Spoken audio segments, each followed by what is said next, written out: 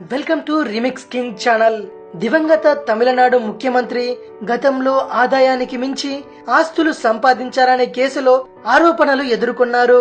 BJP నాయకుడు సుబ్రహ్మణ్య స్వామి ఫిర్యాదు మేరకు జయను విచారించిన పోలీసులు 1996 జనవరిలో జయలలితతో పాటు ఆమె స్నేహితురాలు శశికళ, దత్తపుత్రుడు సుధాకరంతో పాటు కొంతమంది బంధువులను నిందితులుగా పేర్కొన్నారు.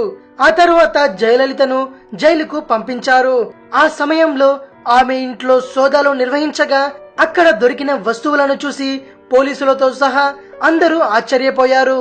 1991లో కేవలం 2 కోట్ల రూపాయల ఆస్తులను ఎన్నికల నామినేషన్ అఫిడవిట్ లో చూపిన జయలలిత ఆ తరువాత తన ఇంట్లో చేసిన సోదాలలో 28 కిలోల బంగారం, 880 కిలోల వెండి, 10,500 పట్టుచీరలు, 750 జతల చెప్పులు, 91 చేతి గడియారాలు, స్థిర చరాస్తులకు సంబంధించిన 306 దస్తావేజులు లభించాయి.